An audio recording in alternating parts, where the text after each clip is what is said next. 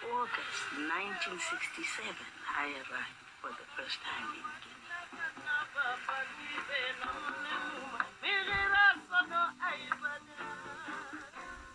My name is Zenzile Miriam Makeba Kagwashu Kavamaiketile Nengxowa. The first place I came to, when I first came to Dalaba, I didn't have a house here then. In 1967, I visited Guinea. I went around the country. When we came to Dalaba, this is the house in which I stayed for the time that I was in Dalaba. And every time I came back to Guinea, if I come to Dalaba, I would stay here.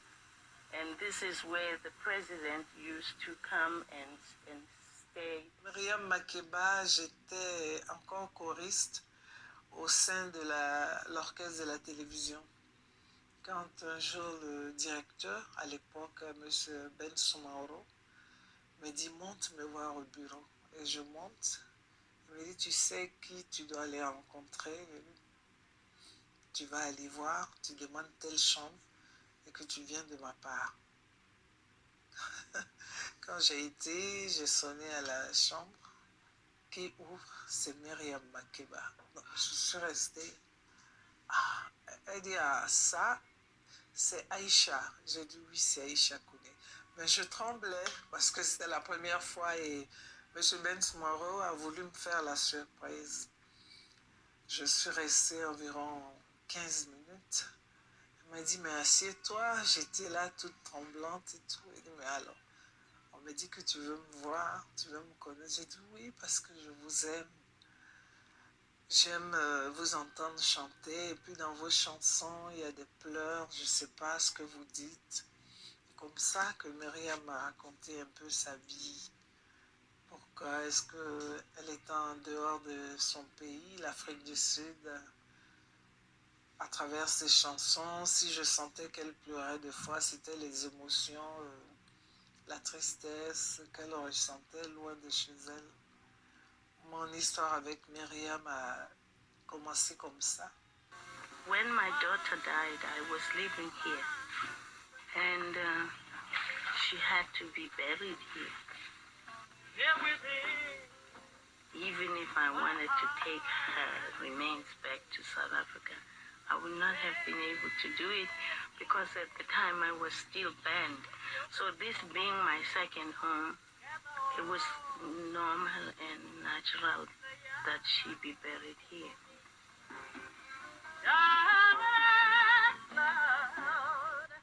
Pendant les vacances, j'allais en Guinée lui rendre visite. Au décès de sa fille Bongo, j'y étais. Bongui, voilà, j'y étais. Bon, Myriam et moi, ça a été des liens mère-enfant. Et quand elle venait à Abidjan pour des spectacles, elle me faisait appel. Je faisais la première partie. J'ai appris vraiment à connaître cette femme-là sur la scène, dans sa maison, chez elle en Guinée. C'est parti comme ça. Elle vous a vraiment inspiré en tant qu'artiste et en tant que femme aussi, j'imagine. Oui, en tant que femme, mais en tant qu'artiste, j'ai compris qu'elle ne chantait pas pour le plaisir de chanter, mais c'était une femme qui menait un combat contre l'apartheid. C'était une femme de conviction. Elle savait ce qu'elle voulait. Elle avait de la poigne, du caractère. C'est ça. Voilà, je vais m'arrêter là. Je vous enverrai le lien. Je vous enverrai le lien. Et en fait, là, il s'agit de rendre hommage à une très très grande dame de la musique ivoirienne. Et là, on commence par rendre d'abord hommage à Myriam Makeba, Mama Africa. Mama Africa, hein, qui a lutté contre l'apartheid. Et là, quand on voit les artistes d'aujourd'hui, on se dit, mais franchement, c'est pas sur eux qu'on peut compter pour pouvoir avancer et accélérer les choses. Bien évidemment. Pourquoi? Mais parce qu'ils sont tous cupides, la plupart. Ah oui, à 98-99%. C'est la cupidité. Puis aussi, comment dire, c'est la corruption morale et après la corruption matérielle. Bonjour à tous. Aujourd'hui, nous sommes donc le 15 septembre 2022. Moi je me surnomme plutôt Djoubian sur le net. Et accessoirement, je me veux être spécialiste de la France, de manière accessoire. Et par contre, je suis un panafricain très convaincu, un authentique panafricain. Écoutez, l'actualité cette semaine, c'est consacrée à la dernière chanson de Madame, la grande diva de la musique ivoirienne, Madame Aïcha Koné, qui a bercé toute notre enfance. Tous les Africains en général et les Ivoiriens en particulier. Très très grande dame. Elle a fêté récemment les 45 ans de carrière. Vous voyez, une voix qui a vraiment bercé toute notre enfance et, en Côte d'Ivoire. Bon, qu'est-ce qui se passe? Elle fait une chanson où elle dédicace spécialement l'imperturbable, son excellence, le président Assimi Goïta du Mali. Eh oui, eh oui. Et vous voyez, je réfléchis, je me demandais est-ce qu'il fallait que je prenne l'extrait de la chanson sur Goïta, que vous pouvez retrouver facilement. Vous tapez Aïcha Koné, Assimi Goïta, et voilà, c'est sa toute dernière chanson qu'elle a fait une spéciale dédicace. Mais j'ai fini par choisir justement sa rencontre avec Mireille Makeba. Mireille Makeba, la très très grande dame, qui, vous savez, elle s'est exilée très tôt parce que sa vie était en jeu. Et elle est partie aux États-Unis. Et finalement, là-bas, avec la chasse aux sorcières, elle a fini parce qu'elle a épousé, entre-temps, comment dire, un des leaders de Black Panthers. Vous voyez, c'était une très, très grande dame, très grande militante. Mais auparavant, elle était mariée à Hugues Masekela. Hein. C'était un très, très grand saxophoniste de jazz sud-africain. C'est avec lui qu'elle était auparavant. Et ensuite, elle a exilé pour des raisons politiques, très engagée politiquement. Elle a contribué à faire tomber l'apartheid. Il ne faut pas l'oublier parce qu'elle a donné sa voix, même à l'ONU. À l'ONU. Là, peut-être que si j'ai l'occasion, je ferai une vidéo là-dessus. Ah oui, elle a pris la parole à l'ONU. À l'époque, les images sont en noir et blanc. C'est vous dire, c'est vous dire. Donc, Myriam Makeba, très grande dame, et qui a pour filiale, elle a beaucoup de filleuls, si j'ose dire. Aïcha Koné, entre autres. C'était une chance extraordinaire de la vie. Mais Aïcha Koné, en fait, dans des interviews, il faut comprendre qu'elle a rencontré, elle a été invitée par le président Ahmed Sékou Touré, hein, l'un de nos dévanciers, l'un de nos pères hein, intègres, qui a dit non à De Gaulle, a dit non à la France-Afrique dès 1958. Ah oui, il a suivi le chemin tracé déjà auparavant par Kwame Nkrumah. C'est Kwame Nkrumah pour le Ghana, c'était en 57. Et quand on voit le Ghana d'aujourd'hui avec l'autre corrompu de Nana Akufo-Addo, vous vous rendez compte? C'est incroyable. Enfin bon, nous on lâche pas l'affaire parce qu'on est très motivés, encore une fois. Donc Aïcha Koné, les partisans de M. Ouattara, qui ne sont pas très nombreux, hein, soyons d'accord. Hein, ils font beaucoup de bruit, mais ils ne sont pas très nombreux. S'il y a des élections qui sont organisées de manière régulière, avec transparence, M. Ouattara ne pourra même pas passer, hein, j'allais dire s'il y a 2 tours, il ne pourra même pas passer le premier tour. De toute façon, ça a été le cas déjà en 2010, il faut le rappeler constamment. En 2010, celui qui a gagné les élections, c'est M. Laurent Gbagbo. Alors, je vais peut-être paraître ringard de dire ça, mais non. Comme ma religion, c'est la vérité et la justice, voilà, vous pensez bien que dire ça, c'est tout à fait normal, voilà. Hein, donc, je vous fais le classement. Au premier tour, M. Ouattara était déjà éliminé. C'était M. Gbagbo et M. Henri Konan Bédié qui étaient qualifiés pour le second tour.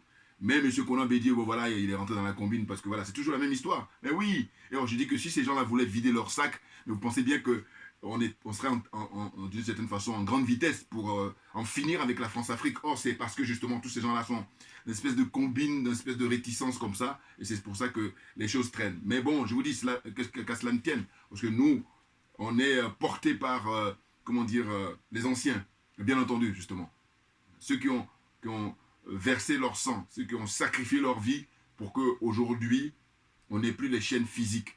Maintenant, le travail que nous faisons, nous, maintenant, c'est pour enlever les chaînes au niveau mental. Et c'est peu que de le dire. Vous voyez, donc Aïcha Koné, ben écoutez, elle fait ça, c'est une suite logique, naturelle pour elle, parce qu'elle est engagée, hein, à vrai dire. Elle a rencontré des grandes personnalités. Elle a été invitée, je vous dis, par Ahmed Sékou Touré. Elle raconte tout ça aussi dans ses interviews.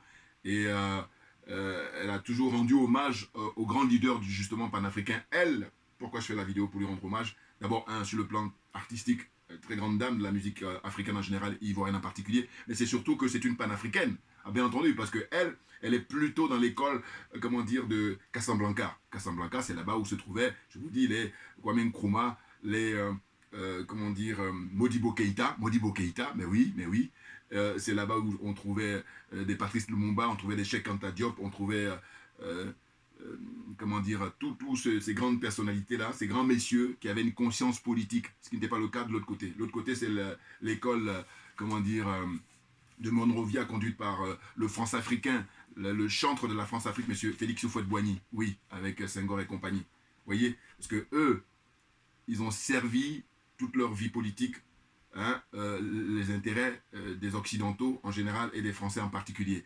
Et le travail que nous menons aujourd'hui, justement, c'est à cause d'eux. Ah oui, parce qu'ils ont fait un choix qui n'était pas à long terme. Voilà. Eh oui, c'est ça le problème. Alors que nos pères, eux, ils avaient une vision à long terme, bien entendu. La preuve, ce sont les petits-enfants aujourd'hui qui sont en train de mettre les pendules à l'heure. C'est de ça dont il s'agit, mettre les pendules à l'heure. Vous comprenez? Donc là, comme je vous dis souvent, en Côte d'Ivoire, l'héritage d'Houphouët-Boigny, mais c'est ça, on y est en plein. Mais bien entendu, je vous dis, 90% minimum, si ce n'est pas 95% des Ivoiriens sont oufouettistes. Il y en a qui sont déclarés, voilà, qui ne le cachent pas.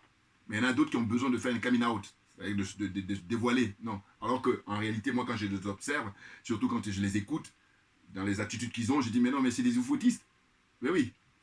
Pourquoi? Parce que vous allez observer que très souvent, ils vont parler des nationalités d'un tel. Non. Quand on est pas un Africain, il n'y a pas de nationalité. Je parle des Africains. Je parle de l'Afrique avec les 54 pays. Voilà. L'Afrique dans son entièreté. Voilà. Donc, tous ceux qui ne sont pas de l'Afrique dans son entièreté sont des étrangers. C'est clair. Et donc, quand on est Africain, on fait tomber les barrières. Et d'ailleurs, on doit déconstruire justement ce qui a été mis en place par les Occidentaux depuis la conférence de Berlin. Parce que c'est elle qui a érigé tous ces murs-là, en disant, voilà, je suis de la Côte d'Ivoire, je suis du Sénégal, je suis du Gabon, je suis du Togo, je suis du Bénin, je suis du Burkina Faso, je suis du Mali, ainsi de suite. Vous comprenez? Voilà. Donc, moi, je lui rends hommage à cette grande dame. Je vous dis, récemment, là, au mois d'août, elle a fêté les 45 ans de carrière. Et d'ailleurs, qu'est-ce qu'elle a fait? Elle a eu pour inviter une certaine Charla Moina. Là aussi, pareil, là, c'est notre jeunesse à Abidjan. Hein? Charla Moina qui a perturbé. Bon, là, je fais comme petite parenthèse pour ceux qui sont les adeptes au niveau de la musique, au niveau artistique. Elle avait perturbé parce que, d'abord, elle chante bien, mais surtout, elle avait le, comment dire, mutuashi, c'est-à-dire un style de danse, là, qu'elle avait imposé. Et à l'époque, on était beaucoup plus jeunes, nous, mais les plus âgés, ils étaient perturbés. Bon, enfin, bon, bref. Donc, elle était parmi les invités pour célébrer les 45 ans de musique de Aïcha Koné. Et puis, il y avait aussi le président Gbagbo, qui était un guest star, hein. Invité d'honneur, voilà, hein, pour parler en français. Parce que je bricole un peu en anglais. Mais voilà, il est arrivé, voilà, avec l'ovation, hein, il était ovationné par tout le public qui était là-bas, je crois, c'était à Cocody, la grande salle de spectacle, ou grande salle des conférences, enfin bon, elle est connue en Côte d'Ivoire. Bon. Hein? Donc c'est très intéressant, et puis elle est courageuse, parce qu'au fond, elle aurait pu, comment dire, opter pour, comment dire, M. Ouattara, puisque c'est une femme d'Ula, mais non, je vous dis, elle fait référence au père de l'indépendance constamment dans ses, comment dire, dans ses interviews, et c'est pour ça qu'elle m'intéresse, bien entendu. C'est clair. Donc là, il y en a qui la découvrent, et puis ils sont dans une situation, en fait, de stupidité, de cupidité. Et je vous dis, ils ne sont pas nombreux, hein, ceux qui l'attaquent, là. Parce que ceux-là même qu'ils défendent, ils respectent Aïcha Koné. Hein. Monsieur Ouattara respecte Aïcha Koné. Bien entendu. C'est ça. Tous les pontes, là, de RDR, ils respectent Aïcha Koné. C'est par contre les larbins, là, c'est par contre les bouffons qui, eux, font du bruit et avec des miettes qu'ils ont. C'est ça. La vérité. Vous comprenez? Donc quelques artistes là qui sont des branleurs, hein, je pense à De Bordeaux et tout ça. Alors qu'il m'a amusé dans sa chanson qu'il avait chantée à l'époque. Je crois que c'est lui qui avait chanté Les vieilles personnes quittées. Ben, applique-le maintenant pour Ouattara. C'est plus que jamais. Là, tu serais à rentrer au panthéon de la musique, enfin, en tout cas, dans l'histoire de la musique africaine et surtout ivoirienne. Et là, non. Ils sont tous là à faire dans le bling-bling, à faire dans le court terme. Et d'ailleurs, De Bordeaux, bon, ça m'intéresse un peu moins. Par contre, ce que j'ai trouvé dommage, c'est les grands artistes comme Yodé et Siro. Eux aussi, ils ont fait une chanson par rapport aux 49 Zozo, là. Bon, j'ai écouté les paroles et puis j'ai compris que non, ils sont allés purement pour ratisser large. Et oui, c'est ce qu'on peut dire. Alors que non, l'essence même du Zouglou, c'est ce qu'ils ont fait quand ils ont chanté leur album entier. Tous les morceaux sont très bons. Où ils ont dit, Monsieur le Président, on dit quoi? Voilà, ça c'est l'essence du Zouglou, c'est-à-dire c'est la revendication première et surtout se mettre du côté des plus faibles. Voilà, ça c'est l'essence du Zouglou. Autrement là, vous êtes rentré dans la sphère commerciale, dans la sphère spécialement du bling-bling. Et là, vous devenez léger. Bon, comme l'erreur est humaine, je peux vous accorder ça, mais revenez très vite, hein. Non, parce que franchement, je comprends peut-être que, comment il s'appelle, Siro, il anime sur les émissions d'été là, donc voilà, à tous les coups on a dû souffler dans l'oreille en disant mais ce serait bien que vous fassiez une chanson, voilà, la corruption elle est vite faite, hein. Ah bah oui, hein. Et je vous dis là, il n'y a pas besoin d'être présent, il faut juste observer puis analyser, puis paf, alors mettre les choses en place. Voilà, non parce que je me dis, comment ils ont pu pondre un album historique, leur album Héritage, ça s'appelle. Monsieur le Président, on dit quoi? Spécial dédicace à comment on appelle ça, Monsieur Alassane Ouattara, pour lui dire qu'écoute, il ne suffit pas de construire des ponts, des routes, machin et tout. Il faut que les Ivoiriens aient à manger. Il faut qu'ils aient leur dignité. Il faut que les Ivoiriens soient libres. Ce n'est pas le cas. Il faut faire rapatrier tous ceux qui sont en exil. Et à l'époque, quand ils chantaient, justement, le président Laurent Gbagbo n'était pas encore rentré. Vous savez, ils ont fait un concert comme ça énorme qui s'est passé, je crois, côté Yopougon, si je ne me trompe, mais avec des frissons parce que la foule était excentrique. Ils étaient tous, mais c'était du lourd, c'était du très lourd. Vous avez tout ça sur Internet, hein, sur YouTube. Voilà. Donc on revient à la diva Aïcha Koné. Et donc là, c'est divisé, mais en tous les cas, je vous dis, ceux qui sont à la critiquer ne sont pas nombreux. Très clairement. Ah oui. Non, parce qu'on ne peut pas dire qu'on est dans un pays démocratique et puis quand on passe à la pratique, il n'y a plus personne. Parce que la démocratie, justement, c'est la diversité des opinions. Et qu'on doit respecter, justement, l'autre partie qui dit, bon voilà, moi j'ai fait le choix de ne pas te soutenir, tout simplement. Et puis en plus, elle l'a fait, elle le fait en connaissance de cause, avec l'expérience qu'elle a. Puisque, je vous dis, elle a eu la chance extraordinaire de rencontrer, de dîner, comme ça, invité d'honneur par le président Feu Ahmed Sékou Touré. C'est du très, très lourd. Ah ben oui, vous voyez. C'est-à-dire qu'avant les colonels au Mali, vous avez quelqu'un, justement, qui, à l'époque, avait donné du fil à retordre aux Français, et pas des moindres, le général de Gaulle. Vous comprenez? Dans l'histoire contemporaine de la France, c'est une personnalité importante. Or, lui, Ahmed Sékou Touré, le président Ahmed Sékou Touré, il a dit carrément non, nous préférons vivre dans la pauvreté avec notre dignité plutôt que dans la richesse, hein, qui est l'illusion. Voilà, je résume un peu, mais c'est connu sa phrase là. C'est-à-dire cette richesse-là qui est artificielle. Voilà. Et je vous dis toujours que pour moi, le discours qu'il a prononcé en 1958, eh ben, c'est ce que la Côte d'Ivoire a vécu dans les événements de 2010-2011, très clairement, ou même avant. Et oui, parce qu'on est dans une illusion. Parce que sinon, si ce n'était pas le cas, pourquoi les gens ont des couteaux là sous la table? Avec les mabris toqueuses là qui n'ont aucune conviction. Tantôt je suis avec Riconan Bédier, tantôt, enfin bon, en tout cas je suis CNT, c'est-à-dire pseudo-révolution, tantôt je reviens avec M. Ouattara pour dire, monsieur, vous êtes trop fort, n'importe quoi. Vous voyez là, le niveau de la classe politique ivoirienne. Ah, moi je peux vous donner des cours, je suis désolé. Ah oui, argument par argument. J'ai dit, vous n'êtes pas dans votre domaine, vous êtes des techniciens, donc restez techniciens en tant que tels.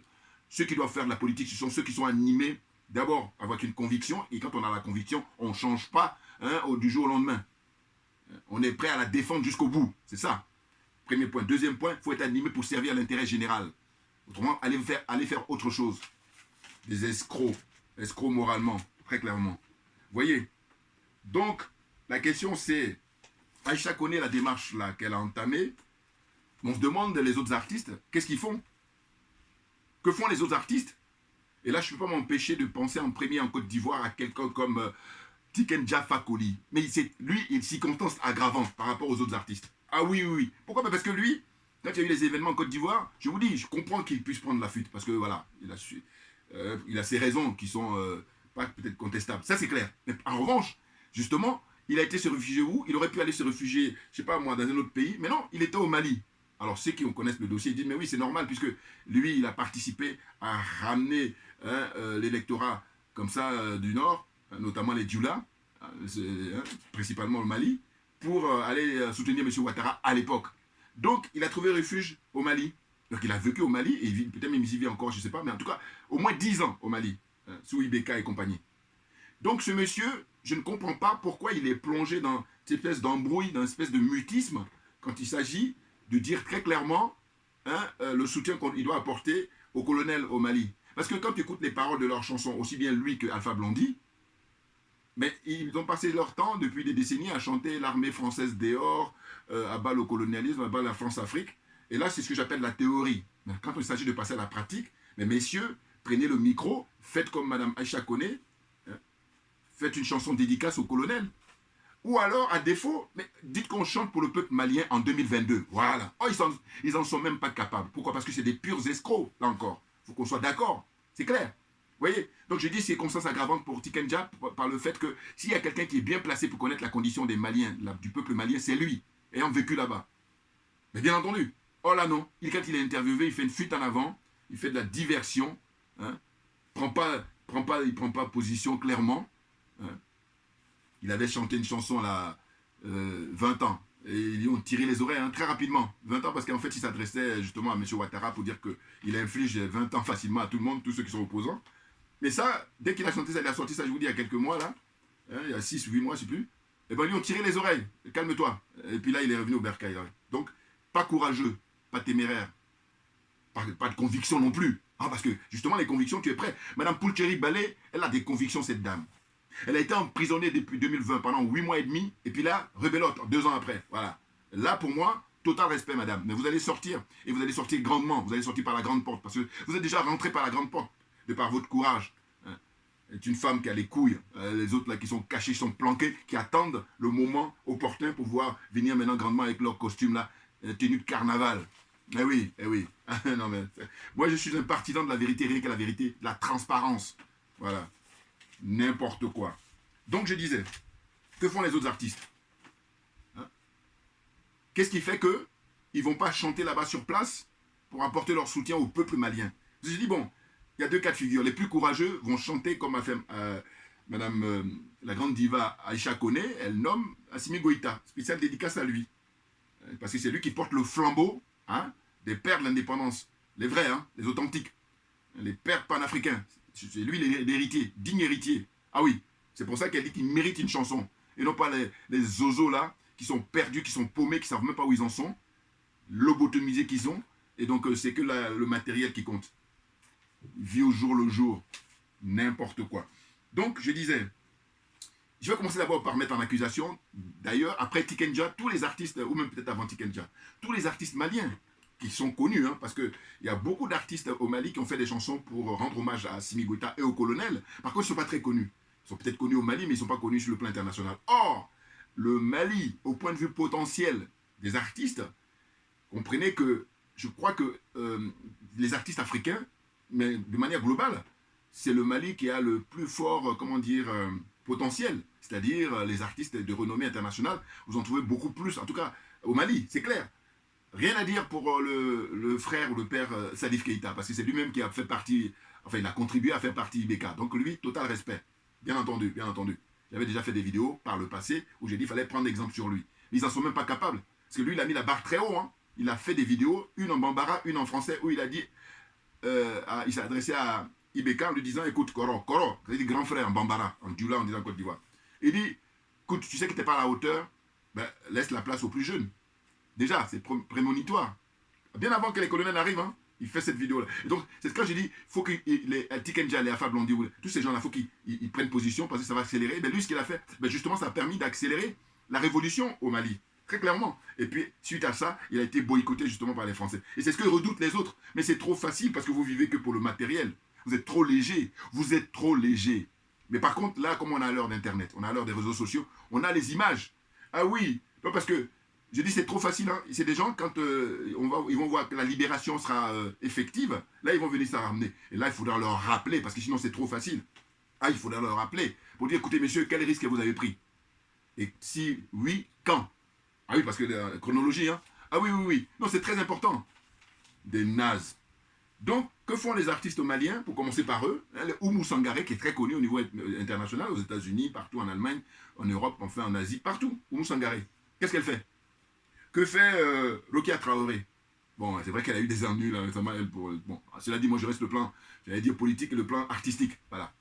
Parce que c'était le problème pour garde de son enfant avec son mari. Bon, une parenthèse. Mais ce que je veux dire, qu'est-ce qu'elle fait, Rokia Traoré? Que fait le groupe Tinariwen? Tinariwen, qui est un très grand groupe, hein, qui fait ce que j'appelle moi le groove du désert. Qu'est-ce qu'ils font? Il faut qu'ils prennent position. Que fait Toumani Diabaté, récemment, lui s'est exprimé pour dire oui, libérons, machin, tout ça. Non, mais voilà, pareil, il ne se mouille pas. Non, non, il faut se mouiller, parce que là, avec le recul que nous avons, on sait très bien que les gens veulent notre peau depuis toujours, qu'on reste à l'état d'esclave jusqu'à la fin de nos jours. Et vous le savez très bien, sauf que les miettes là que vous avez, vous vous contentez de ça, et puis vous jouez les plus malins. Non, on a compris, donc arrêtez. Donc, Diabaté, père et fils. Je ne remets pas en cause les talents, hein, parce que c'est un monsieur très talentueux au niveau de la Cora, c'est clair, il n'y a pas de discussion possible sur le talent. En revanche, j'ai dit, franchement, vous êtes des couilles molles. Ah oui, oui, oui. Non, parce que les colonels là-bas, au Mali, ce qu'ils sont en train de réaliser, ils disent que c'est même pas le Mali qu'ils sont en train de défendre, ils sont en train de défendre toute l'Afrique. Vous imaginez le poids que ça représente? Est-ce que vous rendez compte du poids que ça représente? Parce qu'ils auraient pu se contenter de dire, bon, nous, on va libérer notre pays, puis c'est tout. Ils disent, non, non, non, on a suffisamment un dossier bien blindé, bien lourd, et bien maintenant, c'est l'Afrique qui va être libérée. Non, mais total respect, tapis rouge partout, en désordre. Ah oui, non, parce que quand tu compares avec des vieux, comment dire, ringards là, qui sont au pouvoir depuis des décennies et qui branlent rien, qui n'ont rien compris, et qui, au lieu de laisser la place, ils sont là, ils font du surplace. Voilà. Au lieu de laisser la place, ils font du surplace. Bon, pas fait exprès. Bon, qui encore? Habib Koïté. Bon, toujours pareil, talentueux sur le plan musical, mais il faut se mouiller, les gars. Ah oui, il ne suffit pas d'aller faire des tournées en Europe, partout et tout. Et puis maintenant, là, on a une époque historique. Hein? On vit des moments historiques. Et vous faites quoi? Hein? Prononcez-vous, prenez position. Très clairement. Ah oui. Et votre mutisme, c'est-à-dire qui ne dit rien consent. C'est-à-dire que le fait que vous ne voulez pas vous prononcer, c'est que vous n'êtes pas partisan pour soutenir le peuple, pour se libérer. Ah oui. Qui encore? Fatoumata Diawara, ça c'est la nouvelle génération. Pareil, il ne faut pas aller faire que des concerts en Allemagne, en France, aux États-Unis, je ne sais où encore, partout au Japon. Il faut se prononcer maintenant. Hein? Fatoumata Diawara. Ouais. Oui, le Mali. Parce qu'il y a, comment on appelle ça, la notoriété sur le plan continental, mais par contre, quand vous regardez pays par pays, au niveau, comment dire, du Mali, hein, les artistes sont connus partout, parce que bon, c'est une musique qui est très roots, et du coup, les Occidentaux, en général, ils aiment beaucoup. Voilà. Une petite parenthèse. Hein, vous voyez, bon, c'est pas exhaustif, hein, ma liste, là, mais comprenez ce que je veux dire. Donc, d'abord, les artistes maliens, pourquoi, là, depuis que les colonels sont au pouvoir, ils ne font pas un concert, ne serait-ce que pour dire, nous faisons un concert pour le peuple? Non. Ils sont planqués. Voilà. Ils vivent dans la facilité. Qui encore? Maintenant, je pense à la Côte d'Ivoire. J'ai parlé tout à l'heure de Siro, et bon, Yodé et Siro. Bon, ils se sont égarés, là. Bon. Ils n'ont pas pris de risque, hein, parce que quand tu écoutes les paroles. Mais je dis non. L'esprit du Zouglou, c'est on se met du côté du plus faible. Puis on revendique.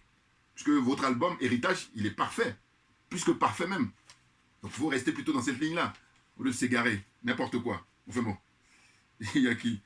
Hein? Donc, on est dans cette situation-là où M. Ouattara, il a corrompu tout ce beau monde-là. Et du coup, je vous dis, leur attitude me fait penser à un certain Adjoumani, son ministre de l'Agriculture. Adjoumani, là où moi, je dis chapeau, c'est quand il est carrément allé dans l'enceinte de la cathédrale d'Abidjan, au plateau. Là. Il est allé là-bas pour dire qu'il est contre ce qu'a dit le monseigneur, l'évêque d'Abidjan, à l'époque. Mais je dis, mais, alors là, je dis, mais tu fais allégeance, enfin, il fait allégeance à Alassane Ouattara, mais par contre, le chef de l'église en Côte d'Ivoire, il dit non, non, non. Après, il s'est dit chrétien. De toute façon, je vais vous dire, moi, quand je vois les images de M. Ouattara qui va à la Mecque, et c'est pas la première fois qu'il y est allé, hein, il a été plusieurs fois, je me dis, mais attendez, ces gens-là, comment voulez-vous que ça donne du crédit à la religion qu'ils pratiquent? Excusez-moi, enfin, je dis ça, je prends des risques là, donc, j'espère que vous allez me comprendre. Ce que je veux dire, c'est que j'ai dit que moi, ma religion, c'est la vérité et la justice. Voilà, c'est tout. Parce que le mec, il va à la Mecque, alors que la Mecque, c'est le lieu saint. Bon. Aller à la mosquée, tout ça. Tu sais les prières, dans les prières, tu fais quoi? Tu fais des prières pour tuer les gens, c'est ça? Voilà, je me pose des questions. Je me pose des questions. Est-ce que les prières sont faites pour tuer les gens? Enfin bon, chacun a son obédience, mais je dis, ce qui me gêne, c'est le fait que, vous voyez, il salit l'islam, là. C'est ça, en fait. Le fait que ce monsieur va à la Mecque, il n'est pas le seul, hein, on est d'accord, mais sauf que lui, par contre, là, il a un rang très important pour faire du mal au peuple africain. C'est pour ça que, voilà, c'est pas rien que de le souligner. Ouais. Je me dis, qu'est-ce que c'est? Je préfère quelqu'un encore qui dit, il va ni à l'église ni à la mosquée, et puis voilà, il fait ces trucs inhumains, voilà. Alors que là, il est dans la pure escroquerie, il n'est pas le seul, encore une fois, c'est ça qui est malheureux. Lobotomisés qu'ils sont. Ah là là là. Enfin bon, bref. Donc, hein, j'ai dit, que font les artistes de Côte d'Ivoire? Après, bon, hein, et puis, c'est incroyable, hein, c'est incroyable, ils sont planqués, les mecs, ils sont planqués. Donc, rappel historique. Alors, Mireille Makeba, voilà, la grande dame, bon, je reviendrai, parce que quand elle a pris la parole à l'ONU, c'est vraiment... Vous avez les images hein, sur Internet, en noir et blanc. Hein. Donc elle est née en 1932 à Johannesburg. Et puis elle est décédée là, le 9 novembre 2008, sur scène. Et ça, pour un artiste extraordinaire. Oui, elle est morte en Italie. Hein. C'était, on dit, une ville qui s'appelait Castel Voltimo. Moi, je me rappelle, j'ai vu les images comme ça. J'étais vraiment choqué. Et puis en même temps, bon, je crois que les artistes les plus talentueux et puis les plus connus, enfin, en tout cas, c'est le rêve. Il meurt sur scène. Elle est morte sur scène, cette dame. Elle est morte très tôt parce que, bon, aujourd'hui, il y a possibilité de vivre beaucoup plus longtemps. Mais chapeau. Parce que, je vous dis, la lutte contre l'apartheid qui a duré 40 ans, elle a apporté une contribution énorme. Et c'est pour ça que je dis, quand j'ai fait ce choix-là par rapport à Aïcha Koné, c'est de dire, regardez, il n'y a pas de hasard, voilà, d'une certaine façon, comme dirait l'autre. Oui. Vous voyez? Donc, elle a obtenu la nationalité guinéenne qui lui a été octroyée, donnée, hein, offerte par le président Ahmed Sékou Touré. Et il n'y a pas que elle, il a donné aussi à d'autres personnes. Quand c'était chaud pour ces gens-là, il dit non, venez ici, il y a de la place. Vous voyez? Donc c'est ce qu'il faut regarder en fait l'historique de ses contemporains. C'est-à-dire que les Ahmed Sékou Touré, les Houphouët-Boigny, les Senghor, qu'est-ce qu'ils ont fait? Voilà, par rapport à leur... Parce que quand eux, ils luttaient contre le régime d'apartheid, Houphouët-Boigny lui dit non, il ne faut pas boycotter. Il était dans ce registre-là. Lui, il est dans l'OTAN lui-même. Il a adhéré à l'OTAN très tôt, très tôt. Ah, c'est dingue. Donc j'ai dit, tous ceux qui se veulent comme étant des héritiers de Houphouët-Boigny, j'ai dit, cachez-vous. Ah oui, c'est pour ça que le frère Kofi Isaac, j'aime beaucoup, parce qu'il a vraiment beaucoup de talent, notamment pour donner la parole à tout le monde. En revanche, où je ne suis pas d'accord avec lui, c'est l'histoire de PDCI, c'est tout, je ne suis pas d'accord. Lui, en fait, je ne suis pas d'accord avec lui comme je ne suis pas d'accord avec les frères, là, Banda Kani et compagnie, qui sont à Afrique Média, alors qu'ils sont très brillants dans leurs analyses, mais je ne suis pas d'accord avec eux sur le fait qu'ils apportent leur soutien à Paul Biya pour dire qu'il est panafricain. N'importe quoi, vous êtes hors sujet. Donc pareil, je dis qu'il va falloir faire un travail sur vous-même. Bon, alors, Kofi, il peut facilement faire le travail. Pourquoi? Parce que Houphouët-Boigny n'est plus vivant. Voilà. Alors que eux, Biya est encore vivant, donc je peux comprendre. Mais en même temps, je dis, bon, écoute, les gars, voilà. Là, c'est ce que j'appelle intégrité morale. Ah oui.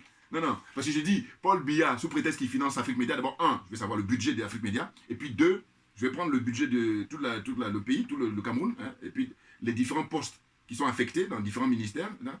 Par exemple, le ministère de la Culture, combien on donne d'argent au Cameroun? Le ministère de l'audiovisuel, combien? Voilà.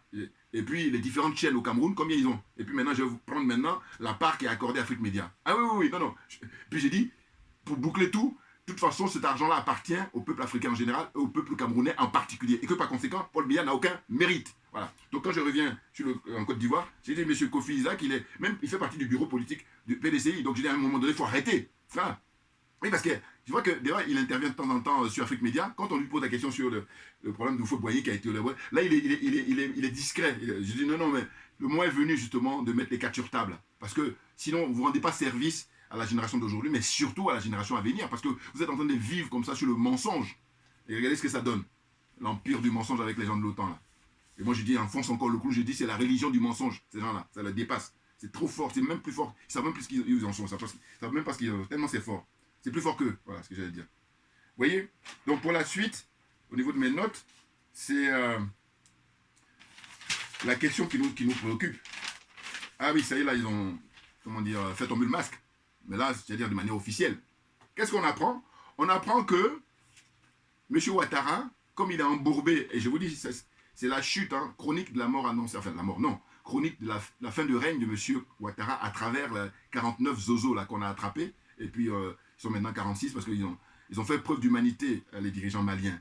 Oui, parce que eux, par contre, quand ils vont à la mosquée, voilà, ils essaient de respecter des valeurs humaines. Voilà, c'est pour ça qu'ils ont fait ce geste-là. Alors que M. Ouattara va à la mosquée, M. Ouattara va à la Mecque, et puis c'est quoi? C'est juste mettre plein la vue, et puis il décrédibilise. Non mais justement, à partir d'aujourd'hui, quand je dis ça, ceux qui sont musulmans ou je sais pas quoi, il faut y réfléchir, mais attendez.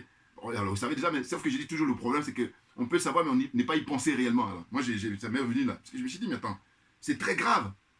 Le mec, il nous montre qu'il va à la Mecque et tout, il va à la mosquée, et puis il fait du mal à son peuple en permanence. Hein? Tue même ses collaborateurs. Oh là là, mais regardez des gens comme ça. C'est pour ça que je dis, apparence d'être humain, vous avez juste l'apparence, mais vous n'êtes pas des êtres humains. C'est tout simplement ça. Et quand je dis ça, je suis gentil. Hein. N'importe quoi. Donc, qu'est-ce qu'on apprend? Eh bien, la France est embarrassée parce que le Mali dit qu'ils ont un dossier béton, ils ont du très lourd concernant tout ce que la France a fait pour déstabiliser les pays africains, mais surtout tuer les Maliens et tuer les Africains. Donc, ils portent ça devant l'ONU. Pour l'instant, là, ils sont en train de courir à gauche et à droite, hein, mais vraiment pour décourager le Mali alors qu'il n'en est rien. Le Mali va déposer ce truc-là. De toute façon, ils vont le rendre public le moment venu. Oui, ils sont sereins. Et toute la population, tout le peuple malien en est conscient. Voilà. C'est très clair. Vous comprenez? Donc là, M. Ouattara, qu'est-ce qu'il fait avec les discussions qu'il a pu avoir avec ses patrons? C'est maintenant de dire, bon, voilà, il a demandé la tenue d'une réunion extraordinaire de la CEDEAO, comment dire, là-bas, aux États-Unis, à l'ONU. Mais pourquoi à l'ONU? Et puis on apprend que comme invité M. Macron. Mais là, c'est pour ça que je dis, mais ça y est, ils ont fait tomber le masque. Parce qu'on savait déjà que c'est un syndicat de corrompus. Mais là, j'ai dit, moi, ce qui me fait mal au cœur, c'est surtout le Nigeria. Le Nigeria, c'est la plus grosse puissance au niveau continental. C'est le pays économiquement qui est le numéro 1, voilà. Et puis démographiquement, numéro 1. Voilà. Donc, oui, ils ont deux, comment dire, forces là. Hein, parce que des fois, on peut être numéro 1, et puis au niveau démographique, mais ils ont les deux. Donc, c'est pas toujours que ça arrive. Hein. Eh bien, alors, c'est vrai qu'en Europe, il y a l'Allemagne qui est numéro 1, et puis démographiquement aussi, bon. Donc, dans tous les cas, le Nigeria, ce qui me fait mal au cœur, c'est que eux, c'est une ancienne colonie. Une colonie anglaise même, mais ils sont comme les gens du CFA. Ah oui, dites-moi. Alors que, justement, je crois que le malheur que nous avons, c'est que ces grands pays-là, ils ne donnent pas l'exemple. Alors que c'est eux qui devaient venir nous sauver. Qui devaient venir sauver les francophones là, qui sont complètement enchaînés par la France. Eh bien non. Donc, quand vous parlez de la CEDEAO, ben, la CEDEAO est composée des 8 de la zone CFA là, et puis 8 autres qui ne sont pas dans le CFA, dont le Nigeria et le Ghana. Cap-Vert, Sierra Leone, Libéria, avec George Weah. Là. Je ferai une vidéo quand j'ai le temps. Ah, les corrompus. Vous vous rendez compte? Donc c'est ça qui rend difficile les choses. Parce que normalement, comment vous pouvez comprendre que ceux qui ne sont même pas, comment dire, francophones, mais ils font le même jeu. Ils sont tous soumis. Ah, c'est dingue, hein? C'est dingue, je vous dis. Hein? Donc il y a 16 pays. Bon, la Mauritanie, à un moment donné, a essayé de quitter, là, je crois, c'était comment dire... En quelle année là, la Mauritanie est partie? Après ils sont revenus. Bon, la Mauritanie a quitté voilà, 1999. La Mauritanie avait quitté la CEDEAO. Puis là ils sont revenus parce que bon, ils ont voulu faire une aventure avec les pays arabes. Ils ont bien raison, ils ont bien raison. Voilà. Ouais, parce que dans un environnement où tu as tes semblables, tu es beaucoup plus à l'aise. Oh là, nous les négros, nous les noirs, on a ce problème là parce qu'en fait on ne s'aime pas entre nous, un. Et puis deux, on n'accorde aucune confiance. D'abord, si on ne s'aime pas, c'est sûr que la confiance va être difficile à avoir. Donc on a ces deux problèmes là. Hein, le manque d'amour entre nous. On aime les autres, hein, par contre. Ah oui, on aime les Chinois, on aime les Blancs, on aime les jaunes, tout ce que vous voulez. Mais par contre, ton frère négro là, non, non. Mais parce que c'est le travail qui a été fait, justement, de lobotomisation. C'est pour ça que j'ai dit mon slogan là. C'est impayable. Donc la zone des aliénés, la zone des complexés et la zone des corrompus. Et j'ajoute encore, j'ai dit, il y a la zone des jaloux, c'est les sorciers. Et le frère qui m'a dit, la zone des néo-nazis. Voilà. On est là-dedans, hein. Malheureusement. Mais on se bat tout naturellement pour en sortir. Parce que sachez qu'on peut en sortir, hein. C'est une question de volonté. Et nous, on a la volonté, c'est pour ça que le travail que nous faisons là, constamment, on est là-dessus. Bien entendu, bien entendu. Vous voyez? Donc, il ne faut pas oublier que la France fait partie de la CEDEAO. Hein. Ah oui, oui. Non, parce que si, là, ils organisent une grande réunion extraordinaire là-bas, et puis la France est invitée, bon, ben, en général, quand on t'invite, c'est que tu as un lien, tu es concerné. Pourquoi on n'invite pas, je ne sais pas, un autre pays? Parce qu'il n'y a pas que la France au monde. Pourquoi on n'invite pas la Néo-Zélande? Pourquoi on n'invite pas le Canada? Pourquoi on n'invite pas qui encore? Hein, tous ces pays-là, le Japon ou je ne sais pas qui. Ou même pour rester en Europe, pourquoi on n'invite pas l'Allemagne? Pourquoi on invite la France? Pourquoi c'est Macron qui a invité une réunion de la CEDEAO? Premier point. Deuxième point, pourquoi ils tiennent ça aux États-Unis, là-bas, à l'ONU? Pourquoi ils ne tiennent pas ça dans les 16 pays? Vous vous rendez compte? Ce n'est pas l'endroit qui manque. Ça sent que le siège se trouve, je crois, au Nigeria. Hein? Parce que la CEDEAO a été créée en 1975. Hein? Donc ça fait 47 ans que ce truc-là, il existe. Et il paraît que le président Gbagbo, il a dit un truc qui est très fort. Il disait que ce que la CEDEAO, pour l'instant, a fait de mieux, c'est sa création. Mais tout le reste, vous vous rendez compte, lui, il parle en connaissance de cause, hein, il a l'expérience. Bon. Donc, ce truc-là a été créé, hein, c'était les Oufou de Boigny et tout ça, voilà, et on voit les images d'archives, hein, ils ont mis ça en place. Simplement, ben justement, les gens comme Oufou de Boigny, c'est des infiltrés. Ah bah oui, très clairement. Parce que lui, c'est le chantre de la France-Afrique. Ben, très clairement, il est dedans, et puis bon, ben voilà, on peut comprendre maintenant, en fait, c'est ça aussi qu'il faut quand on réfléchit. On se dit, mais quand on nous dit que c'est financé par l'Union Européenne et puis la France, mais ça découle déjà avec les gens comme Oufou de Boigny, parce que lui, étant donné qu'il est le chantre de la France-Afrique, ben, il est là pour leur donner toutes les infos, et puis voilà, et puis ils sont contents, parce que justement, c'est ce qu'ils veulent. Et aujourd'hui, on a des gens comme Alassane Ouattara qui sont dans cette continuité-là. Mais lui, il a battu Oufou de Boigny, hein, parce qu'Oufou de Boigny, il ne tuait pas comme ça les gens sauvagement. Il n'était pas sans pitié. Mais M. Ouattara est sans pitié. C'est incroyable, hein. Grave, grave. Et donc, je dis ceux qui le soutiennent, alors vous allez expliquer à un moment donné quel est votre problème. Alors, Alors, quand je dis ça, excusez-moi, je pense toujours que c'est de l'argent, hein, c'est de la cupidité.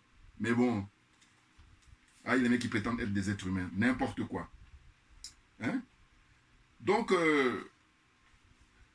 la réunion de la CEDEAO, la réunion extraordinaire, c'est simplement, je pense, pour nous embrouiller. Parce que les Maliens, les dirigeants maliens ont un dossier très lourd. Ils ont confié aux Chinois, là, pour mettre ça sur la table, Conseil de sécurité, et puis ça traîne. Mais quoi qu'il en soit, ce truc-là, ils vont le rendre public le moment venu. Je vous dis, j'ai fait ma vidéo précédente où j'ai parlé de la vengeance est un plat qui se mange froid. Ça, c'est quand j'étais petit, hein, au quartier, on disait ça. Ceux qui ont le souvenir. Vous voyez? Donc, ces mecs-là, ces gens-là, ils ont baissé leur froc, ça c'est clair, c'est sûr, mais c'est surtout qu'ils ont fait tomber le masque.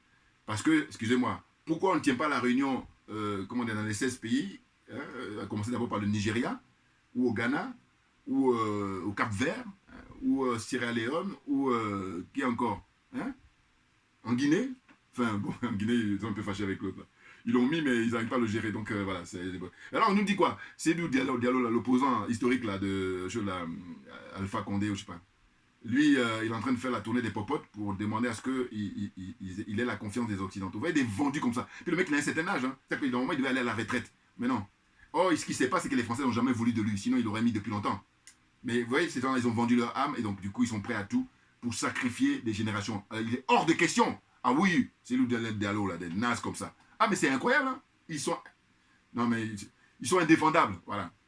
Déjà, je vais m'arrêter là aujourd'hui, comprenez, et puis dire que cette vidéo, c'était pour rendre hommage à la grande diva, Aïcha Koné, qui a bien raison, hein, et puis qui agit dans une continuité pour soutenir le panafricanisme, pour soutenir ceux qui sont prêts à mouiller le maillot, ceux qui sont prêts à se sacrifier pour que l'Afrique gagne sa liberté, définitivement, hein, défendre sa liberté, et puis sa dignité, voilà. Merci à vous tous pour votre attention. Et puis on lâche rien parce que, comme j'ai dit d'habitude, excusez-moi, c'est mon truc. Voilà, excusez-moi. Voilà, on lâche rien parce que c'est nous qui avons raison, tout naturellement. C'est clair.